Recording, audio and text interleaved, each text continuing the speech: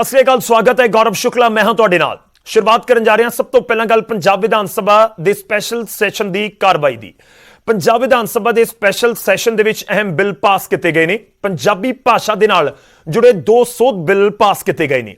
ਸਰਕਾਰੀ ਦਫ਼ਤਰਾਂ ਅਤੇ ਸਾਰੇ ਸਕੂਲਾਂ ਦੇ ਵਿੱਚ ਪੰਜਾਬੀ ਭਾਸ਼ਾ ਲਾਜ਼ਮੀ ਕਰ ਦਿੱਤੀ ਗਈ ਹੈ। ਪ੍ਰਾਈਵੇਟ ਯੂਨੀਵਰਸਿਟੀ ਤੇ ਸੈਟਲਮੈਂਟ ਬਿੱਲ ਵੀ ਪਾਸ ਕੀਤਾ ਗਿਆ ਹੈ। ਤਾਂ ਹੁਣ ਜਿੰਨੇ ਵੀ ਪੰਜਾਬ ਦੇ ਸਕੂਲ ਨੇ ਉਹਨਾਂ ਸਾਰਿਆਂ ਦੇ ਵਿੱਚ ਪੰਜਾਬੀ ਭਾਸ਼ਾ ਲਾਜ਼ਮੀ ਕਰ ਦਿੱਤੀ ਗਈ ਹੈ।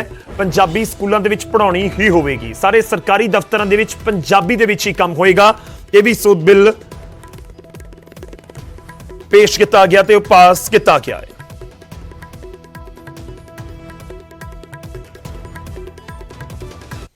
ਉਧਰ ਵਿਧਾਨ ਸਭਾ ਦੀ ਕਾਰਵਾਈ ਦਾ ਅਸੀਂ ਜ਼ਿਕਰ ਕਰ ਰਹੇ ਹਾਂ। ਵਿਧਾਨ ਸਭਾ ਦੀ ਕਾਰਵਾਈ ਜੋ ਹੋਈ ਹੈ ਉਸ ਦੇ ਵਿੱਚ ਜਿਹੜੇ ਬਿੱਲ ਪੇਸ਼ ਕੀਤੇ ਗਏ, ਪਾਸ ਕੀਤੇ ਗਏ, ਉਹ ਵੀ ਤੁਹਾਡੇ ਸਾਹਮਣੇ ਅਸੀਂ ਰੱਖ ਰਹੇ ਹਾਂ। ਪਰ ਇਸ ਸਭ ਦੇ ਵਿਚਾਲੇ ਇੱਕ ਰਿਪੋਰਟ ਤੁਹਾਨੂੰ ਦਿਖਾਉਂਦੇ ਹਾਂ ਕਿ ਕਾਰਵਾਈ ਕਿਸ ਤਰੀਕੇ ਨਾਲ ਪੂਰੇ ਦਿਨ ਅੱਗੇ ਵਧੀ, ਖਾਸ ਤੌਰ ਤੇ ਜਿਸ ਤਰੀਕੇ ਨਾਲ ਹਾਈ ਵੋਲਟੇਜ ਡਰਾਮਾ ਹੋਇਆ। ਤੁਸੀਂ ਕਿਹੜੀ ਚੀਜ਼ ਹੈ ਜਿਹੜੀ ਨਹੀਂ ਜੁੜੇ ਹੋਏ ਇਹਦੇ ਨਾਲ? ਤੁਸੀਂ ਕਰਪਸ਼ਨ ਪੂਰੀ ਕੀਤੀ। ਜਿਹੜਾ ਬਹੁਤ ਅਕਸਰ ਪਿੱਛੇ ਚੱਲ ਪਿੱਛੇ ਚੱਲ ਚੋਰ ਜਿਹੜਾ ਬਹੁਤ ਅਕਸਰ ਪਿੱਛੇ ਚੱਲ। ਵਿਧਾਨ ਸਭਾ ਦੇ ਵਿੱਚ ਕਾਂਗਰਸ ਅਤੇ ਅਕਾਲੀ ਦਲ ਦੇ ਵਿੱਚ ਹਾਈ ਵੋਲਟੇਜ ਹੰਗਾਮਾ ਮੁੱਖ ਮੰਤਰੀ ਚਰਨਜੀਤ ਸਿੰਘ ਚੰਨੀ ਦੇ ਇਸ ਬਿਆਨ ਤੋਂ ਬਾਅਦ ਸ਼ੁਰੂ ਹੋਇਆ। ਚੋਰ ਜਿਹੜਾ ਬਹੁਤ ਅਕਸਰ ਤਰੀਕਾ ਥੋੜਾ ਹੈ। ਤੁਸੀਂ ਸਾਡੇ ਪ੍ਰਧਾਨ ਨੂੰ ਕਰਦੇ ਹੋ।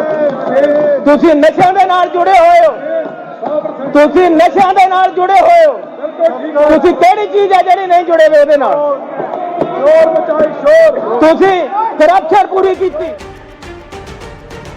ਖੇਤੀ ਕਾਨੂੰਨ ਤੇ ਨਵਜੋਤ ਸਿੰਘ ਸਿੱਧੂ ਅਤੇ ਮਜੀਠੀਆ ਵਿੱਚ ਤਿੱਖੀ ਬਹਿਸ ਚੱਲ ਰਹੀ ਸੀ। ਇਸ ਦੇ ਵਿਚਾਲੇ ਸੀਐਮ ਚਰਨਜੀਤ ਚੰਨੀ ਦੇ ਵੱਲੋਂ ਸਿੱਧੂ ਦੇ ਪੱਖ ਦੇ ਵਿੱਚ ਮਜੀਠੀਆ ਤੇ ਦਿੱਤੇ ਬਿਆਨ ਤੋਂ ਬਾਅਦ ਹੰਗਾਮਾ ਸ਼ੁਰੂ ਹੋ ਗਿਆ। ਬਸ ਫਿਰ ਕੀ ਸੀ, ਮਜੀਠੀਆ ਅਕਾਲੀ ਵਿਧਾਇਕਾਂ ਦੇ ਨਾਲ ਮੁੱਖ ਮੰਤਰੀ ਚਰਨਜੀਤ ਸਿੰਘ ਚੰਨੀ ਦੇ ਸਾਹਮਣੇ ਆ ਗਏ। ਦੋਵਾਂ ਦੇ ਵਿਚਾਲੇ ਤਿੱਖੀ ਬਹਿਸ ਸ਼ੁਰੂ ਹੋ ਗਈ। ਵੇਖਦੇ ਵੇਖਦੇ ਨਵਜੋਤ ਸਿੰਘ ਸਿੱਧੂ ਵੀ ਪਹੁੰਚ ਗਏ ਅਤੇ ਤੂੰ ਮੈਂ ਸ਼ੁਰੂ ਹੋ ਗਈ। ਵਿਧਾਨ ਸਭਾ ਦੇ ਹੰਗਾਮੇ ਤੋਂ ਬਾਅਦ ਨਵਜੋਤ ਸਿੰਘ ਸਿੱਧੂ ਨੇ ਪ੍ਰੈਸ ਕਾਨਫਰੰਸ ਕਰਕੇ ਦਾਅਵਾ ਕੀਤਾ ਕਿ ਅਸੀਂ ਮੁੱਦਿਆਂ ਦੀ ਗੱਲ ਕਰ ਰਹੇ ਸਨ ਤਾਂ ਮਜੀਠੀਆ ਅਤੇ ਅਕਾਲੀ ਦਲ ਮੁੱਦਿਆਂ ਤੋਂ ਭਟਕਾ ਰਹੇ ਸਨ। ਰਹਿਣ ਜੋਗਾ ਨਹੀਂ ਰਹਿਣਾ, ਮੇਰੀ ਗੱਲ ਯਾਦ ਰੱਖਿਓ। ਇਸ ਕਰਕੇ ਮੈਂ ਸੰਜੀਦਗੀ ਨਾਲ ਗੱਲ ਕਰਨਾ ਚਾਹੁੰਦਾ ਸੀ ਉੱਥੇ, ਕਿਸੇ ਨੂੰ ਓਏ ਨਹੀਂ। ਇਸ ਤੋਂ ਪਹਿਲਾਂ ਨਵਜੋਤ ਸਿੰਘ ਸਿੱਧੂ ਜਦੋਂ ਖੇਤੀ ਕਾਨੂੰਨਾਂ ਤੇ ਉਹਨਾਂ ਬੋਲਣਾ ਸ਼ੁਰੂ ਕੀਤਾ, ਨਵਜੋਤ ਸਿੰਘ ਸਿੱਧੂ ਨੇ ਸਵਾਲ ਕੀਤਾ 2013 ਦੇ ਵਿੱਚ ਅਕਾਲੀ ਦਲ ਦੇ ਕੰਟਰੈਕਟ ਕਾਨੂੰਨ ਦਾ ਹਵਾਲਾ ਦਿੰਦੇ ਹੋਏ ਕੇਂਦਰ ਦੇ ਕਾਲੇ ਕਾਨੂੰਨਾਂ ਦੇ ਲਈ ਅਕਾਲੀ ਦਲ ਜ਼ਿੰਮੇਵਾਰ ਹੈ। ਤਾਂ ਵਿਕਰਮ ਮਜੀਠੀਆ ਨੇ ਪਲਟਵਾਰ ਕਰਦੇ ਹੋਏ ਜਵਾਬ ਦਿੱਤਾ ਜਿਸ ਵੇਲੇ ਕਾਨੂੰਨ ਪਾਸ ਹੋਏ ਤਾਂ ਨਵਜੋਤ ਕੌਰ ਸਿੱਧੂ ਸਰਕਾਰ ਦਾ ਹਿੱਸਾ ਸੀ। ਮਜੀਠੀਆ ਨੇ ਫਿਰ ਸਿੱਧੂ ਤੇ ਵਾਰ ਕਰਦੇ ਹੋਏ ਕਿਹਾ ਕਿ ਪਹਿਲਾਂ ਸਿੱਧੂ ਕਹਿੰਦੇ ਸਨ ਕਿ ਬੀਜੇਪੀ ਉਹਨਾਂ ਦੀ ਮਾਂ ਹੈ, ਜਿਸ ਦੇ ਜਵਾਬ ਦੇ ਵਿੱਚ ਸਿੱਧੂ ਨੇ ਕਿਹਾ ਕਿ ਪੰਜਾਬ ਦੇ ਲਈ ਮੈਂ ਆਪਣੀ ਮਤਰੇਈ ਮਾਂ ਨੂੰ ਛੱਡ ਦਿੱਤਾ। ਵਿਕਰਮ ਮਜੀਠੀਆ ਨੇ ਕਿਹਾ ਕਿ ਹਰ ਇੱਕ ਚੀਜ਼ ਦਾ ਕੋਈ ਲੈਵਲ ਹੁੰਦਾ ਹੈ ਪਰ ਠੋਕੋ ਤਾਲੀ ਦਾ ਕੋਈ ਲੈਵਲ ਨਹੀਂ। ਕਿਸੇ ਨੂੰ ਕਹੋ ਮੈਂ ਤੇਰੀਆਂ ਲੱਤਾਂ ਭੰਨ ਦੂੰ, ਕਿਸੇ ਨੂੰ ਕਹਿੰਦੇ ਹੋ ਕਿ ਮੇਰੇ ਬਾਰੇ ਮਾੜੀ ਸ਼ਬਦਾਵਲੀ ਵਰਤ ਕੇ ਕਿ ਅਸੀਂ ਮੁੱਦੇ ਨਹੀਂ ਲੋਕਾਂ ਦੇ ਉਠਾਵਾਂਗੇ।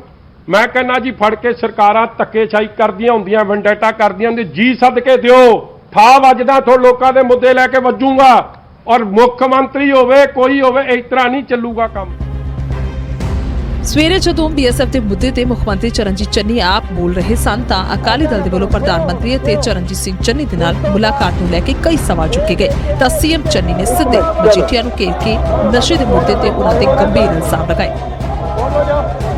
ਇਹਨਾਂ ਨੇ ਉਹ ਪੰਜਾਬ ਦੀ ਬੁਰੀ ਹਾਲਤ ਕੀਤੀ, ਇਹਨਾਂ ਨੇ ਪੰਜਾਬ ਦੀ ਨੌਜਵਾਨੀ ਦਾ ਘਾਣ ਕੀਤਾ। ਇਸ ਕਰਕੇ ਮੈਂ ਕਿਹਾ ਕਿ ਸਰਹੱਦਾਂ ਸੀਲ ਕਰੋ। ਕਿਉਂ ਨਹੀਂ ਕਰ ਰਹੇ? ਕਿਉਂ ਨਹੀਂ ਕਰ ਰਹੇ ਸਰਹੱਦਾਂ ਸੀਲ? ਤੁਸੀਂ ਕੀ ਚਾਹੁੰਦੇ ਹੋ? ਤੁਸੀਂ ਕੀ ਚਾਹੁੰਦੇ ਹੋ? ਤੁਸੀਂ ਚਾਹੁੰਦੇ ਹੋ ਕਿ ਨਸ਼ਾ ਆਈ ਜਾਵੇ ਤੇ ਮਜੀਠੀਏ ਦੇ ਨਾਮ ਤੇ ਵਿਕੀ ਜਾਵੇ? ਇਹ ਹੁਣ ਨਹੀਂ ਹੋਣਾ, ਇਹ ਨਹੀਂ ਹੋਏਗਾ ਪੰਜਾਬ ਦੇ ਵਿੱਚ। ਪੰਜਾਬ ਵਿਧਾਨ ਸਭਾ ਦਾ ਵਿਸ਼ੇਸ਼ ਇਜਲਾਸ ਪੰਜਾਬ ਦੇ ਹੱਕਾਂ ਦੀ ਰਾਖੀ ਦੇ ਲਈ ਬੁਲਾਇਆ ਗਿਆ ਸੀ ਪਰ ਜਿਸ ਤਰ੍ਹਾਂ ਦੇ ਨਾਲ ਪਾਰਟੀਆਂ ਵਿਚਾਲੇ ਨਿੱਜੀ ਹਮਲੇ ਵੇਖਣ ਨੂੰ ਮਿਲੇ ਉਸ ਤੋਂ ਬਾਅਦ ਸਿਆਸਤਦਾਨਾਂ ਦੇ ਪੰਜਾਬ ਦੇ ਲਈ ਖੜੇ ਹੁੰਦੇ ਦਾਅਵਿਆਂ ਤੇ ਸਵਾਲ ਖੜੇ ਹੋ ਰਹੇ ਨੇ।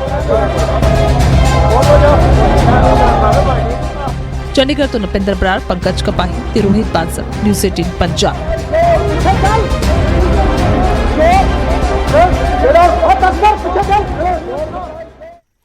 ਉਧਰ ਵਿਧਾਨ ਸਭਾ ਇਜਲਾਸ ਦੇ ਵਿੱਚ ਕੇਂਦਰੀ ਖੇਤੀ ਕਾਨੂੰਨਾਂ ਦੇ ਖਿਲਾਫ ਮਤਾ ਪਾਸ ਕੀਤਾ ਗਿਆ, ਜਿਸ ਤੇ ਬੀਜੇਪੀ ਕਹਿ ਰਹੀ ਹੈ ਕਿ ਖੇਤੀ ਕਾਨੂੰਨਾਂ ਵਾਲਾ ਕੋਈ ਮੁੱਦਾ ਹੀ ਨਹੀਂ ਹੈ। ਜੇ ਮੁੱਦਾ ਹੁੰਦਾ ਤਾਂ ਹੁਣ ਤੱਕ ਹੱਲ ਹੋ ਜਾਣਾ ਸੀ।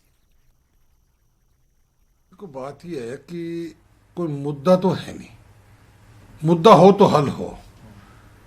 किसानों के लिए जो कानून की बात करते हैं, ये कानून नहीं है, एक सुविधा है।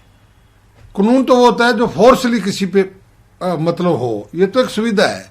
अब कंट्रैक्ट फार्मिंग है, करनी है करो, नहीं करनी है नहीं करो, कहीं मर्जिया वहाँ बेचो नहीं बेचो, तो ये एक सुविधा है और ये कानून नहीं है। और इसमें क्या है कि किसान का झंडा हो गया और मोदी विरोधी सभी इकट्ठे हो गए और बस और कोई बहाना है नहीं जिंदाबाद मुर्दाबाद करने का, तो बस ये मोदी साहब को छवि खराब करने के लिए लगे हुए हैं। ਹੁਣ ਗੱਲ ਪੀਪੀਏ ਦੀ, ਪਾਵਰ ਪਰਚੇਸ ਐਗਰੀਮੈਂਟ ਦੀ। ਪੰਜਾਬ ਪਾਵਰ ਪਰਚੇਸ ਐਗਰੀਮੈਂਟ ਨੂੰ ਲੈ ਕੇ ਵੀ ਵਿਧਾਨ ਸਭਾ ਦੇ ਵਿੱਚ ਸਰਕਾਰ ਨੇ ਵਾਈਟ ਪੇਪਰ ਪੇਸ਼ ਕਰ ਦਿੱਤਾ ਹੈ। ਉਧਰ ਅਕਾਲੀ ਦਲ ਦੇ ਸੀਨੀਅਰ ਵਿਧਾਇਕ ਬਿਕਰਮ ਮਜੀਠੀਆ ਨੇ ਇਸ ਦੇ ਉੱਤੇ ਸਵਾਲ ਖੜੇ ਕੀਤੇ ਨੇ।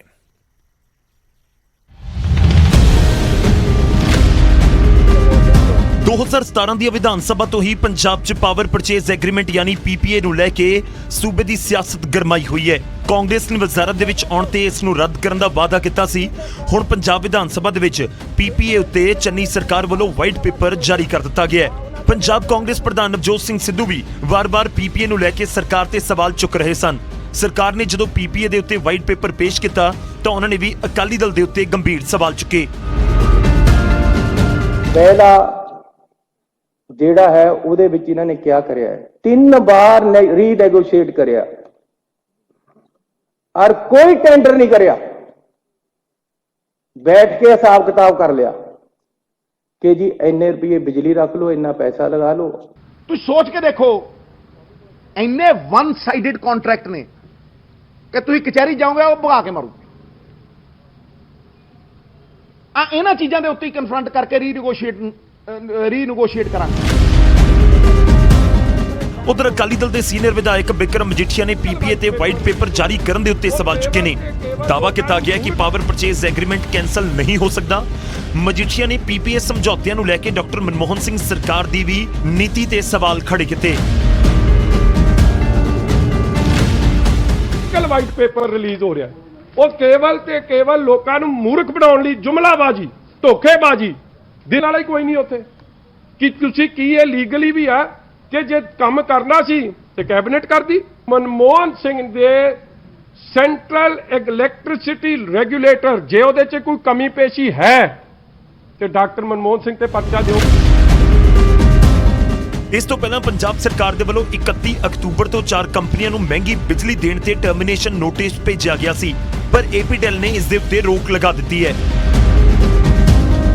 ਚੰਡੀਗੜ੍ਹ ਤੋਂ ਨੁਪਿੰਦਰ ਬਰਾੜ ਤੇ ਪੰਕਜ ਕਪਾਹੀ ਦੇ ਨਾਲ ਰੋਹਿਤ ਬੰਸਲ, ਨਿਊਜ਼ 18 ਪੰਜਾਬ।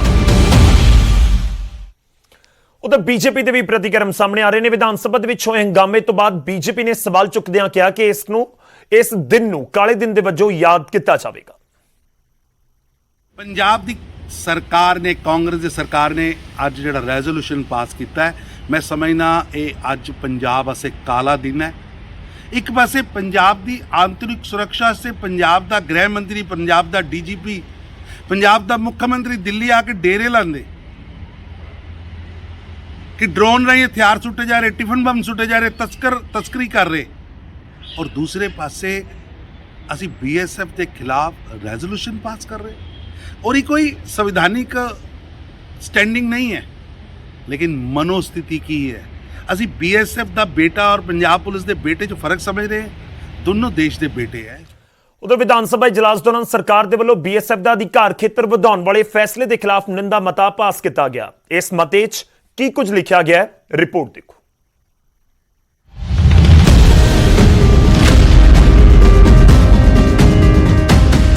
ਪੰਜਾਬ ਵਿਧਾਨ ਸਭਾ ਦੇ ਵਿਸ਼ੇਸ਼ ਇਜਲਾਸ ਦੇ ਦੂਜੇ ਦਿਨ ਬੀਐਸਐਫ ਦੇ ਮੁੱਦੇ ਤੇ ਕੇਂਦਰ ਦੇ ਖਿਲਾਫ ਮਤਾ ਪਾਸ ਹੋਇਆ ਹੈ।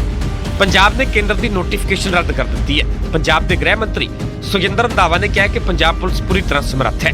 ਬੀਐਸਐਫ ਦੇ ਮਸਲੇ ਤੇ ਹਾਈ ਕੋਰਟ ਤੇ ਸੁਪਰੀਮ ਕੋਰਟ ਜਾਣ ਦੇ ਲਈ ਵੀ ਤਿਆਰ ਨੇ। ਪੰਜਾਬ ਵਿਧਾਨ ਸਭਾ ਦੇ ਵਿੱਚ ਜੋ ਮਤਾ ਪਾਸ ਹੋਇਆ ਹੈ, ਇਹ ਮਤਾ ਗ੍ਰਹਿ ਮੰਤਰੀ ਸੁਖਜਿੰਦਰ ਸਿੰਘ ਰੰਧਾਵਾ ਦੇ ਵੱਲੋਂ ਪੇਸ਼ ਕੀਤਾ ਗਿਆ, ਜਿਸ ਵਿੱਚ ਲਿਖਿਆ ਗਿਆ ਕਿ ਪੰਜਾਬ ਸ਼ਹੀਦਾਂ ਤੇ ਸੂਰਬੀਰਾਂ ਦੀ ਧਰਤੀ ਹੈ। ਦੇਸ਼ ਦੀ ਆਜ਼ਾਦੀ ਦੀ ਜੰਗ ਦੇ ਵਿੱਚ ਅਤੇ ਉਸ ਤੋਂ ਬਾਅਦ 1962, 1965, 1971 ਤੇ 1999 ਦੀਆਂ ਜੰਗਾਂ ਦੇ ਵਿੱਚ ਪੰਜਾਬੀਆਂ ਨੇ ਬੇਮਿਸਾਲ ਕੁਰਬਾਨੀਆਂ ਦਿੱਤੀਆਂ ਹਨ। ਦੇਸ਼ ਦੇ ਵਿੱਚ ਸਭ ਤੋਂ ਵੱਧ ਗਲੈਂਟਰੀ ਐਵਾਰਡਸ ਪੰਜਾਬੀਆਂ ਨੂੰ ਮਿਲੇ ਨੇ। ਪੰਜਾਬ ਪੁਲਿਸ ਦੁਨੀਆ ਦੇ ਵਿੱਚ ਅਜਿਹੀ ਬੇਮਿਸਾਲ ਦੇਸ਼ ਭਗਤ ਪੁਲਿਸ ਫੋਰਸ ਹੈ ਜਿਸ ਨੇ ਹਮੇਸ਼ਾ ਸਾਹਸ ਤੇ ਹੌਸਲੇ ਦੇ ਨਾਲ ਦੇਸ਼ ਦੀ ਏਕਤਾ ਤੇ ਅਖੰਡਤਾ ਨੂੰ ਬਰਕਰਾਰ ਰੱਖਣ ਦੇ ਲਈ ਆਪਣਾ ਯੋਗਦਾਨ ਪਾਇਆ ਹੈ। ਭਾਰਤ ਦੇ ਸੰਵਿਧਾਨ ਦੇ ਅਨੁਸਾਰ ਕਾਨੂੰਨ ਵਿਵਸਥਾ ਬਣਾ ਕੇ ਰੱਖਣਾ ਰਾਜ ਸਰਕਾਰ ਦੀ ਜ਼ਿੰਮੇਵਾਰੀ ਹੈ ਅਤੇ ਪੰਜਾਬ ਸਰਕਾਰ ਇਸ ਮੰਤਵ ਲਈ ਪੂਰੀ ਤਰ੍ਹਾਂ ਸਮਰੱਥ ਹੈ। ਕੇਂਦਰ ਸਰਕਾਰ ਦੇ ਵੱਲੋਂ BSF ਦਾ ਅਧਿਕਾਰ ਖੇਤਰ 15 ਕਿਲੋਮੀਟਰ ਤੋਂ ਵਧਾ ਕੇ 50 ਕਿਲੋਮੀਟਰ ਕਰਨ ਦਾ ਫੈਸਲਾ ਪੰਜਾਬ ਦੇ ਲੋਕਾਂ ਅਤੇ ਪੰਜਾਬ ਦੀ ਪੁਲਿਸ ਉੱਤੇ ਬੇਇਤਬਾਰੀ ਦਾ ਪ੍ਰਗਟਾਵਾ ਹੈ ਤੇ ਉਹਨਾਂ ਦਾ ਅਪਮਾਨ ਹੈ। ਕੇਂਦਰ ਸਰਕਾਰ ਨੂੰ ਫੈਸਲਾ ਲੈਣ ਤੋਂ ਪਹਿਲਾਂ ਪੰਜਾਬ ਸਰਕਾਰ ਦੇ ਨਾਲ ਵਿਚਾਰ ਵਟਾਂਦਰਾ ਕਰਨਾ ਚਾਹੀਦਾ ਸੀ। ਪੰਜਾਬ ਵਿੱਚ ਕਾਨੂੰਨ ਵਿਵਸਥਾ ਦੀ ਸਥਿਤੀ ਮਜ਼ਬੂਤ ਹੈ ਅਤੇ BSF ਦਾ ਅਧਿਕਾਰ ਖੇਤਰ ਵਧਾਉਣ ਦੀ ਕੋਈ ਵੀ ਲੋੜ ਨਹੀਂ ਹੈ।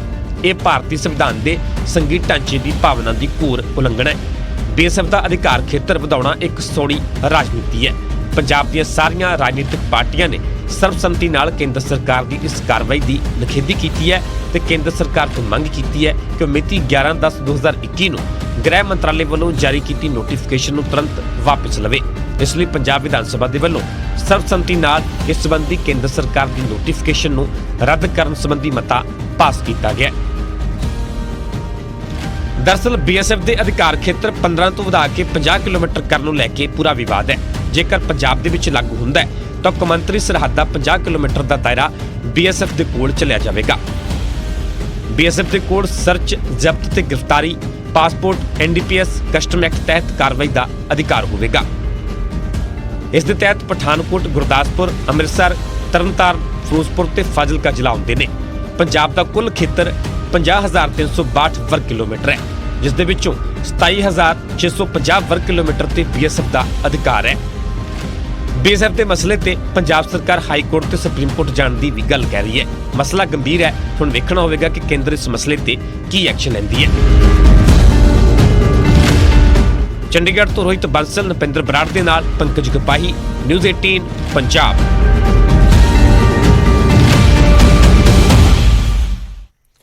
ਉਧਰ BSF ਦੇ ਮੁੱਦੇ ਉੱਤੇ ਲਿਆਂਦੇ ਗਏ ਮਤੇ ਦੇ ਖਿਲਾਫ ਵੀ BJP ਦਾ ਬਿਆਨ ਸਾਹਮਣੇ ਆਇਆ। BJP ਸਰਕਾਰ ਨੂੰ ਘੇਰੀ। BJP ਕਹਿ ਰਹੀ ਹੈ ਕਿ ਸੁਖਜਿੰਦਰ ਰੰਧਾਵਾ ਨੇ ਜੇਲ੍ਹਾਂ ਦੇ ਲਈ ਖੁਦ ਕੇਂਦਰੀ ਫੌਜ ਦੀ ਮੰਗ ਕੀਤੀ ਸੀ। ਅੱਜ BSF ਦਾ ਦਾਇਰਾ ਵਧਾਉਣ ਦਾ ਵਿਰੋਧ ਕਰ ਰਹੇ ਨੇ। BSF ਬਾਹਰ ਦੀ ਫੋਰਸ नहीं है, अपने ही लोग ने। देखो ऐसे है, ये सब दो मुंह वाले सांप है। जिधर से सूत लगे वैसी बात करते हैं, जिधर से ठीक लगे उधर डंक मारते हैं। ये जैसे सुखविंदर रंधावा की बात करते हो, इन्होंने खुद मांगा कि हमारे जेल में पुलिस से कंट्रोल नहीं आ रहा, हमें CRPF दी जाए। और BSF बॉर्डर के लिए कैप्टन साहब भी और सभी ये कहते हैं भी बॉर्डर को मजबूत किया जाए। और BSF की रेंज जो है कई बार घटी है और कई बार बढ़ी है। और 15 किलोमीटर के अंदर, जाखड़ साहब ने जैसे बात की, तो 15 किलोमीटर के अंदर उनका गांव आता है, मेरा गांव 15 किलोमीटर के अंदर आता है, और मेरा फाजिलका शहर और मेरा फिरोजपुर जो है वो 15 जब 15 किलोमीटर में किसी को कोई तकलीफ नहीं हुई तो 50 किलोमीटर में कौन सी तकलीफ होने वाली है।